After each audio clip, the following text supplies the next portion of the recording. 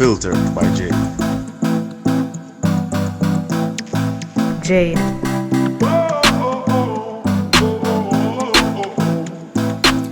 Welcome to the Unfiltered by Jade, where we educate, empower, and entertain. Feel free to like, share, subscribe, download, donate, and make everybody know about this.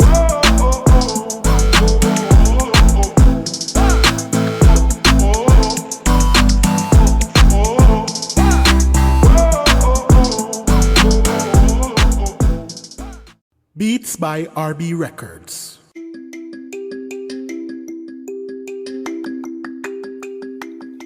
Shopping assistance, your style, your budget. Our services include online and local shopping for individuals and businesses, personal shopping, purchasing of company and office supplies, importing and exporting small packages across Jamaica and worldwide, and helping you find unique gifts and items for all events and occasions. Contact us at 876-919-5195 or shoppingassistance2015@gmail.com. Shopping Assistance, your style, your budget.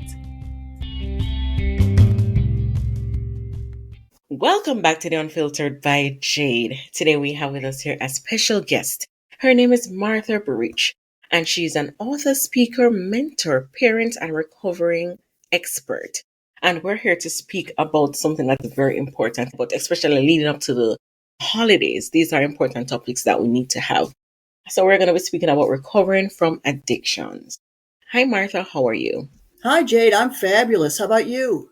I am great. I'm great, and I'm ready to get into this discussion with you. So I want you first to share a bit about your personal journey with addiction and what recovery means to you. Boy, that's a really good question, Jade. You know, I knew I was an alcoholic from the beginning because pretty much the definition of an alcoholic is alcoholic can't just have one drink. And I could never just have one drink. But, you know, I had a good life.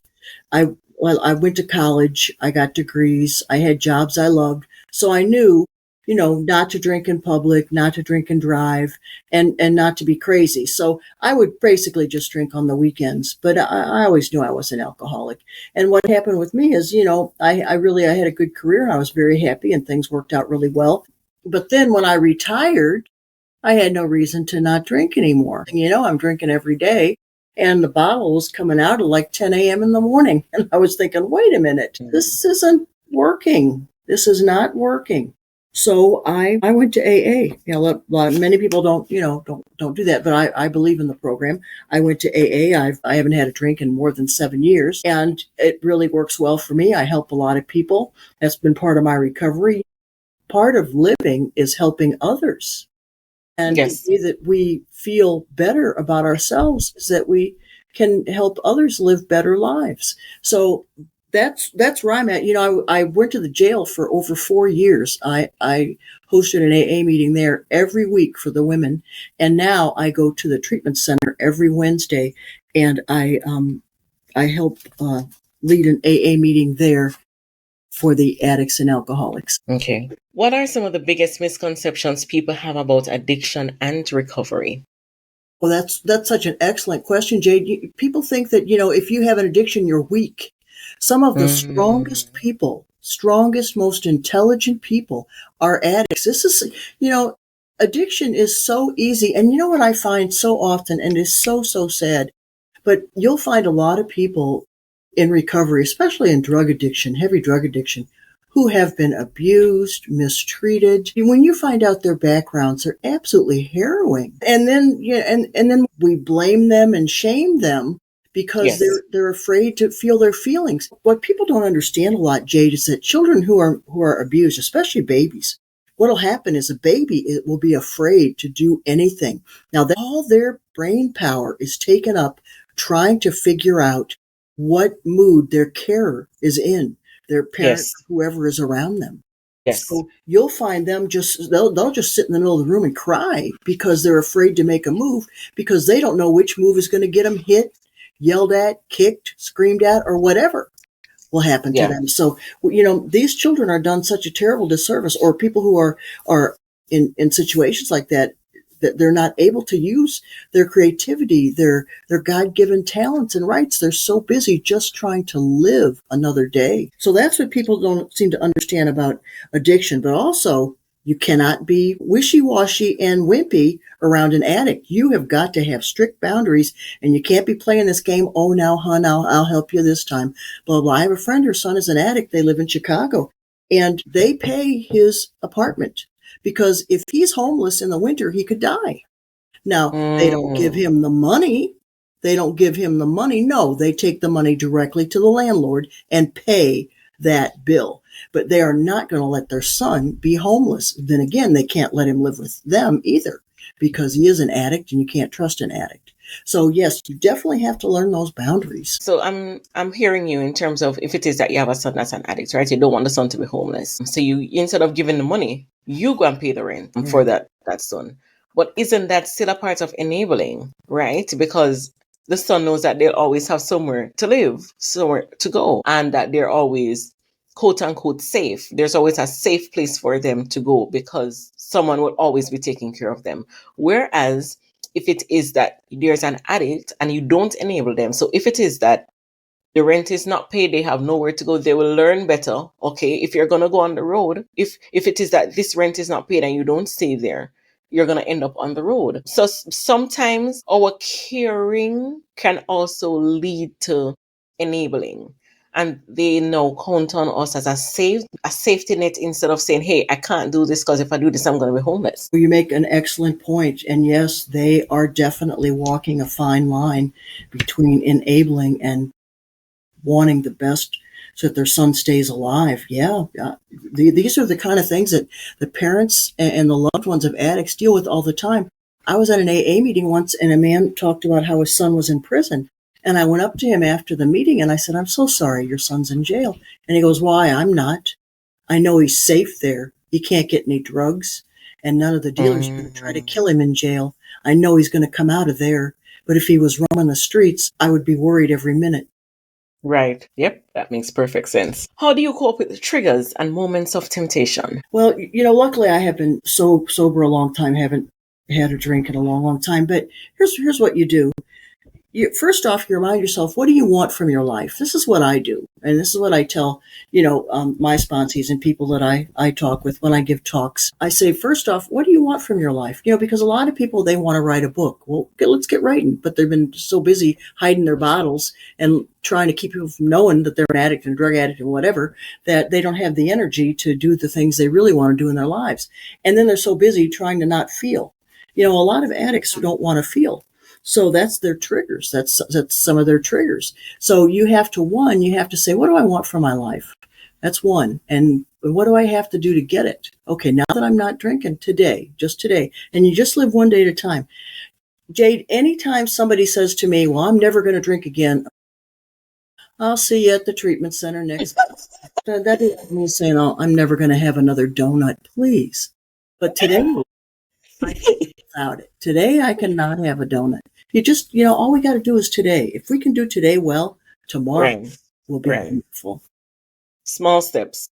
Yeah, exactly. Small steps. So you have to have, what are you going towards? But then you also have to have, what are you running from? I don't want to have to pay a lawyer. I don't want to go to jail. I've never been in jail except for when I went to help the ladies, but I was never an inmate myself. I can always walk out anytime I wanted to. And I don't want to have that experience. I don't want to have to pay a lawyer. I don't want to have to give the court money, court fines. I don't want to be on probation. I don't want to have one of those blow and go things in my car. Oh my goodness, talk about a nightmare. Who in their right mind would want one of those? And my brother hasn't had a drink in 37 years. And I live with him. And one day I was telling him the story about, oh my goodness, Al, you would not believe the things that happen with these people that have these blow and goes in their car. Those things are terrible. They don't work, blah, blah. And my brother, he's such a pragmatist. He said, well, they should have thought of that before they got behind the wheel when they were drunk, shouldn't they? Accountability. You know what? If you know that you don't make good decisions once you had a drink, you better get yourself prepared. Okay, I'm going to have some drinks. That means I got to make sure I got a ride. That means I to. Yes. So you need to prepare. Mm-hmm. That means I need to go down in my basement and sit in my house, put on a movie, and and give the car keys to somebody else. Whatever it is you got to do to make sure everybody else around you and you are safe, you need to do it before you have a drink or a drug. Very true. Self-control. Self-control is important, and having someone, if it is that you need, you can call to say, "Hey, I feel like this is what I'm gonna do. I feel like I'm gonna have a drink."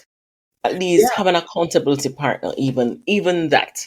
right. If you're an addict or an alcoholic and you have decided that you don't want to do it anymore, definitely before you take that drink is when you call people. Because once you take that drink or that drug, it's way too late.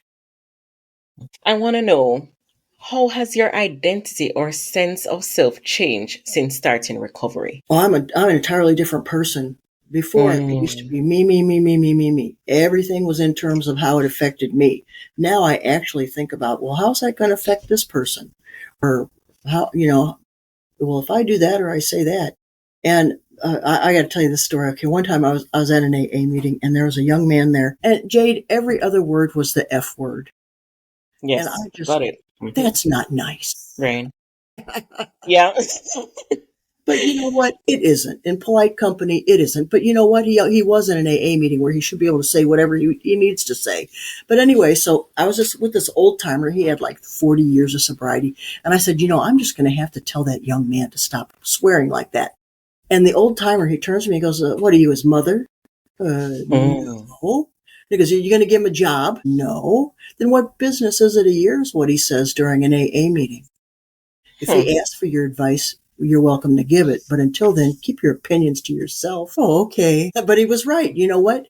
How many relationships get ruined because people got to flap their big fat jaws and tell people, you should do it this way. You shouldn't do that. You shouldn't do that. And then there goes the Mm, relationship. Why don't you just keep your opinion to yourself? Try to live your life the best you can. Why don't you be a good example instead of a big. right, right. That's a good advice in terms of how we change and how we stop trying to force people to be like us, right?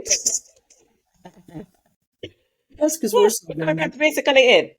Yeah. It's like we're forcing people to be like us. Right. Right. And and the truth is our track record's not so great, is it? Woof! Martha, you have a solid point right there. Solid point. What are your daily practices or routines that you use to help stay grounded? Well, I go to a meeting almost every single day. Okay.